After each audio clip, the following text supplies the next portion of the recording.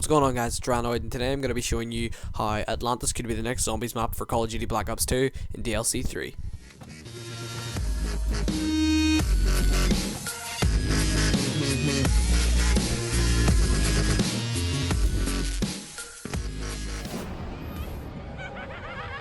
Now, just to start off the video, I'm going to be talking about the gameplay just very briefly. You're probably thinking, oh, why is he playing Transit? But the reason why is because I'm not using Mob of the Dead. It's because it's the only thing people have been commentating over. I'm sick of it. I don't know if you guys are, but I sort of took the assumption that you might be, so I just took some Transit gameplay instead. So, just saying that Mob of the Dead is not in this little Easter egg at all, because in case you don't know, Mob of the Dead is developed by the campaign team, as the Zombies team were working on DLC 3 and 4, so they handed over the DLC 2 Zombies map to the campaign team. That is who created Mob of the Dead. So all of you who are doing theory videos on how it's connected to the storyline, it's not. I just want to assure you that it is completely away from our storyline. This is like 40 years before the zombies were even created. So, on to the information. We're going to start way back at Nuketown Zombies on the loading screen. So, this is going to take a little bit of thinking and a little bit of you sort of looking at the images that are going to be up on screen. So, try to focus if you know what I mean. So, take a look at the top left corner or the whole left side of the Nuketown loading screen. So, you got that big zap thing, and the lightning, the actual yellow lightning is the thing that I want you to focus on. So that yellow lightning in the top left hand corner we actually see again in the diarized loading screen, along with another image behind that, which I'll explain that in a little bit. But yeah, we can see that in the page before where it's torn. This is because the image that's behind that, which is a kind of smaller image, is the map before, and then where it's ripped is the map before that. So like It's really hard to sort of put in the words, but you see two maps before diarise, if you know what I mean. So I'll explain that a little bit more now.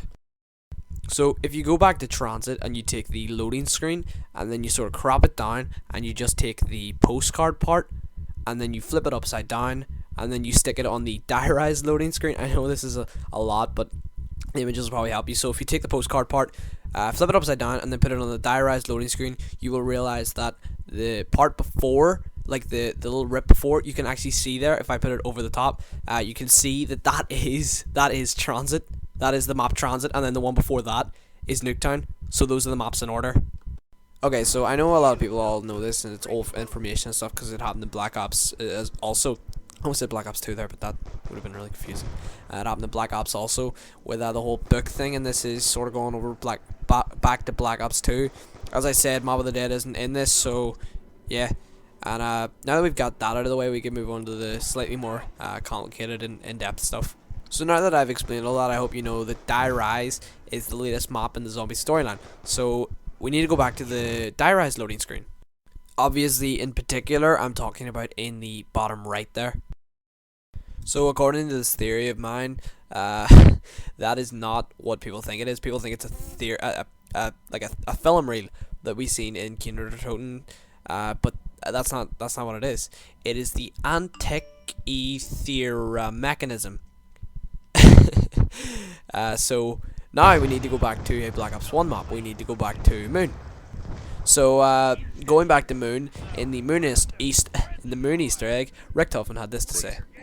Now to realize the Antikythera mechanism. Just kidding, but it is pretty cool. Look it up. I made it. Mystery solved. Okay, so the Antikythera mechanism, it's hard to say. I'll put it up on screen now. What it actually is like this ancient computer of like underwater power kind of thing. See, this is a real thing. This isn't actually fictional. Like, it's not like some Atlantic myth or something. It is actually real, and it's at the National Museum of Athens at the minute. And it was designed. My phone keeps going off. It was designed to calculate astronomical positions, and it was recovered in the 1900s from the Antikythera wreck. So the Antikythera was actually a ship. So there's this whole controversy over who sort of designed it and what it was used for and what it actually did. But Edward Richtofen states that he made it. So he did actually make it, but he wasn't born at this time. So it was discovered in 1900, right? But Richtofen wasn't alive at this time. He states that he would have been alive, but he would have been a young child, perhaps a baby, and obviously he's used time travel to go back and either take the person who literally made it, he's took credit for it by killing them and finishing it, or he went back in time, created this, and gave it to the Antikythera crew. I actually said it right there.